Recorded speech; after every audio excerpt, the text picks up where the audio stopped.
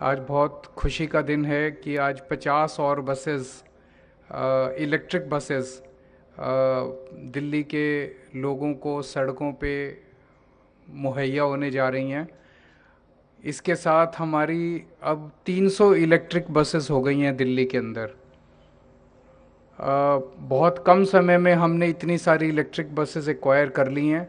इसके लिए मैं सभी ऑफिसर्स का, जिन्होंने बड़ी मेहनत करके ये सारी प्रोसीजर्स पूरे किए, उनको भी बधाई देना चाहता हूँ।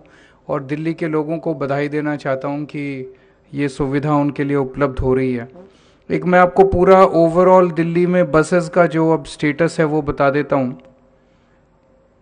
दिल्ली में अब हमारे पास टोटल 7,379 बसेस हो गई हैं।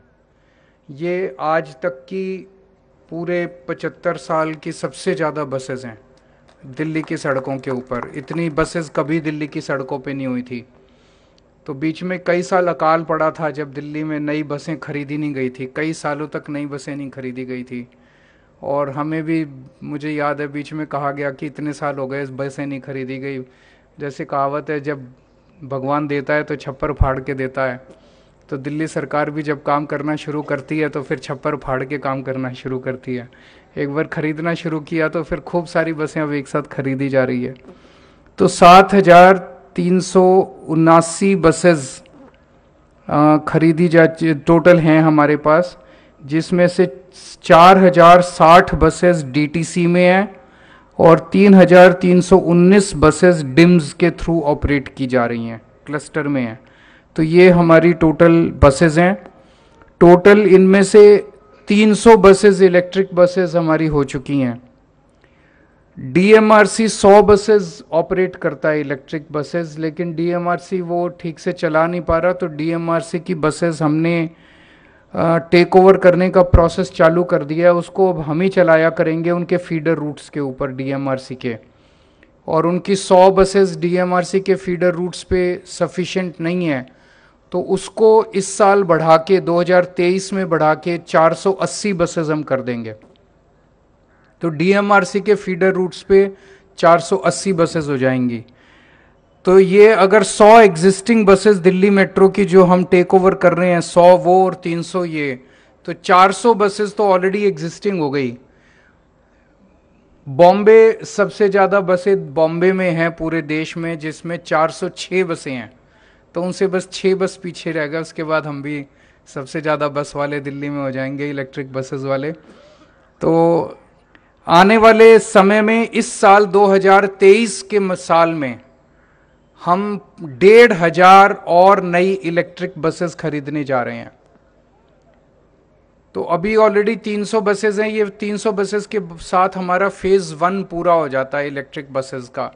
अब फेज 2 होगा जिसमें 1500 और बसें खरीदी जाएंगी। वो 2023 में हम लोग कंप्लीट कर लेंगे। 2023 के एंड तक 1500 और बसेस खरीद के 1800 ये और 480 वो, तो 2280 इलेक्ट्रिक बसेस अपने पास 2023 दिसंबर तक हो जाएंगी। 2025 के अंत तक इसके अलावा 2280 जो बसेस हैं, इसके अलावा हमारे पास 6,380 बसेस और खरीद रहे हैं इलेक्ट्रिक बसेस अगले 2 साल में। तो 2025 के अंत तक ओवरऑल पिक्चर होगी कि 10,480 बसेस टोटल होंगी दिल्ली में, जिसमें से 8,280 बसेस इलेक्ट्रिक बसेस होंगी। 80% बसें दिल्ली में इलेक्ट्रिक बसेस हो जाएंगी 2025 के अंत तक। तो अगर इतनी सारी इलेक्ट्रिक बसेस आएंगी तो हमें इसके साथ साथ उनकी भी चार्जिंग स्टेशंस की खूब ज़रूरत पड़ेगी, बस डिपोज की ज़रूरत पड़ेगी। तो बस डिपो के इलेक्ट्रिफिकेशन का काम बहुत तेज़ी से चल रहा है। 56 बस डिपोज को इलेक्ट्रीफाई किया जा रहा है। ये पूरा 1,500 करोड़ का बजट है। इसमें 3 डिपोज को ऑलरेडी इलेक्ट्रीफाई किया जा चुका है। 17 डिपोज को जून 2023 तक किया जाएगा और 36 डिपोज दिसंबर 2023 तक हो जाएंगे। तो ये आप देख सकते हैं कि दिल्ली में पोल्यूशन को कम करने की दिशा में ये कितना, एक तो बसें तो बहुत अच्छी हैं, इनमें बसेस में सारी मॉडर्न फैसिलिटीज़ हैं, जितना भी जो भी हम सोच सकते हैं सारे हैं। जीपीएस सिस्टम है, पैनिक बटन है, इन कैमरा है अंदर, सब कुछ है।